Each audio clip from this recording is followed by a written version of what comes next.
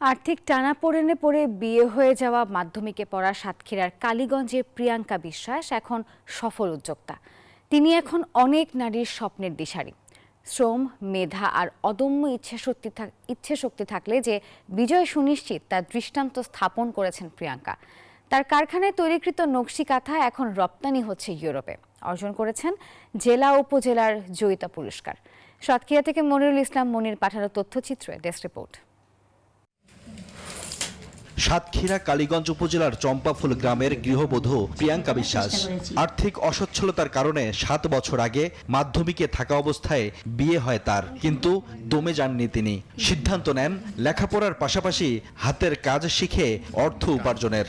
2017 সাল থেকে আমি আমার এই কর্মজীবনটা শুরু করছি, যেখানে আছে একটা সেলাই মেশিন কিনে দিয়েছিল আমার বাবা, এবং আমি এনজিও থেকে 50,000 টাকা লোন নিয়েছিলাম। এই নিয়ে আমি শুরুটা করছি। শুরু করতে করতে এখন আমার প্রায় 50টার বেশি মেশিন। এনজিও থেকে ঋণ নেন 50,000 টাকা, সাথে ছিল বাবার দেয়া একটি সেলাই মেশিন। আর পিছনে ফিরে তাকাতে হয়নি প্রিয়াঙ্কাকে। তিনি এখন সাতক্ষীরা বিসিক শিল্পনগরীতে একটি গার্মেন্টস ও 2টি প্লটের মালিক। রাজধানীর মোহাম্মদপুরেও গড়েছেন একটি হস্তশিল্প কারখানা।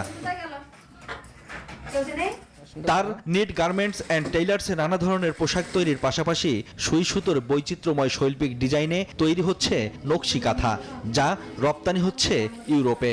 ব্যবসার পরিধিও বাড়ছে প্রিয়াঙ্কা বিশ্বাসের।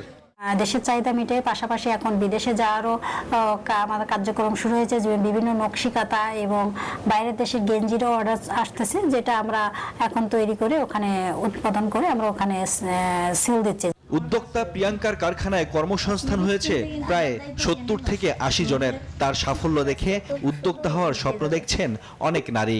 এই নকশি কাঁথাটা আমরা 5-7 জন মিলে কাজটা করি। আমি অনার্স শেষ করে বেকার ছিলাম, তখন প্রিয়াঙ্কা দিদিকে তার উদ্যোগ দেখে আমি এখানে কাজ করি। এগুলো দিদি ভাইয়ের এখান থেকে কাজ শিখে আমি তো বাড়িতে অর্ডার নিই, ওখানেও করি। এরকম আরো যত উদ্যোক্তা আছেন আমাদের সমাজে, তাদের আমরা উপজেলা প্রশাসনের পক্ষ থেকে যে ধরনের সহযোগিতা দরকার আমরা অবশ্যই দিব।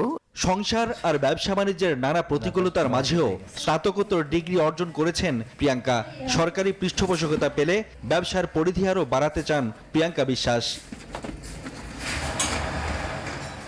Desk report, news 24।